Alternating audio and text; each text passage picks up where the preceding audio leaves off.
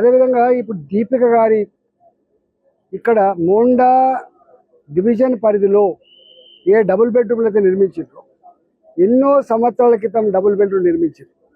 వాస్తవంగా ఆనాడు బస్తీలుగా 40 ఏళ్ల క్రితం, 50 ఏళ్ల క్రితం, 60 ఏళ్ల క్రితం పాపం 30 గజాలు, 50 గజాలు, 60 గజాలలో ఎవరైతే గుడిసెలు వేసుకొని రేకుల షెడ్ వేసుకొని జీవిస్తుండ్రో వాళ్ళు ఈ సికింద్రాబాద్ గింత గుండెకాయ లాంటి పట్టణంలో ఇలాంటి గుడిసెలు ఎందుకు, దీన్ని మంచి బ్రహ్మాండమైన అపార్ట్మెంట్ నిర్మిస్తామని చెప్పి నిర్మాణం అయితే చేసింది.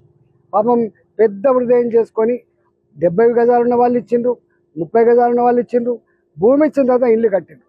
కానీ కట్టిన తర్వాత ప్రభుత్వం దృష్టి పెట్టి నిజంగా ఎవరైతే ఆనాడు కోల్పోయిందో ఈ భూములు, ఎవరైతే ఎలిజిబిలిటీ ఉందో, ఎవరికైతే ఇవ్వాలో ఇవ్వడంలో విఫలం చెందిండ్రు. విఫలం చెందితే ఇన్ని సంవత్సరాలుగా ఇవి ఇప్పటికీ ఖాళీనే ఉంటున్నాయి.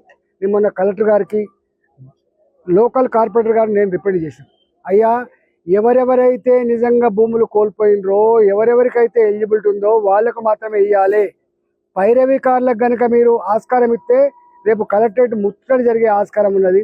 రేపు దీని మీద పెద్ద దుమ్ము రేపే ఆస్కారం ఉంది, దృష్టి పెట్టమని చెప్పుకోలేము. రెండవది, నిన్న దరఖాస్తులు పూర్తి స్థాయిలో రాలేదు అంటే మేము చెప్పినాం, మొట్టమొదలుగా ఎలిజిబిలిటీ ఉన్న వాళ్ళకి ఇవ్వండి, మిగిలిన ఇళ్లకు దరఖాస్తులు ఎట్లా స్వీకరించాలి, ఏ పరిధి నుంచి స్వీకరించాలి, ఏ క్రైటీరియా మీద వాళ్ళకి అలకటి చేయాలో చూద్దామని చెప్పినాం.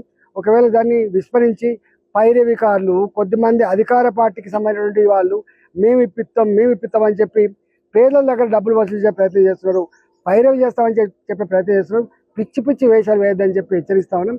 నేను కలెక్టర్ గారిని కూడా కోరుతున్నా. కలెక్టర్ గారు పాల్చిగా ఉన్నారు కాబట్టి, కలెక్టర్ గారు న్యాయాన్ని అమలు చేయాలనేటువంటి సంకల్పంతో ఉన్నారు కాబట్టి కింది అధికారుల మీద నియంత్రణ పెట్టుకొని కింద ఏం జరుగుతుందో కలెక్టర్ గారు తెలుసుకొని ఇవాళ ఎక్కడ అక్రమాలు జరగకుండా, అన్యాయం జరగకుండా చేయాలని చెప్పి కూడా వాళ్ళు కలెక్టర్ గారికి కోరినాం.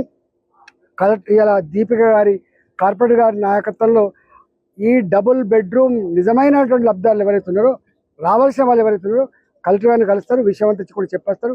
లేకపోతే న్యాయాన్ని ఎట్లా కాపాడుకోనో తప్పకుండా ప్రజల పక్షాల నుండి మేము కాపాడే ప్రయత్నం చేస్తాం.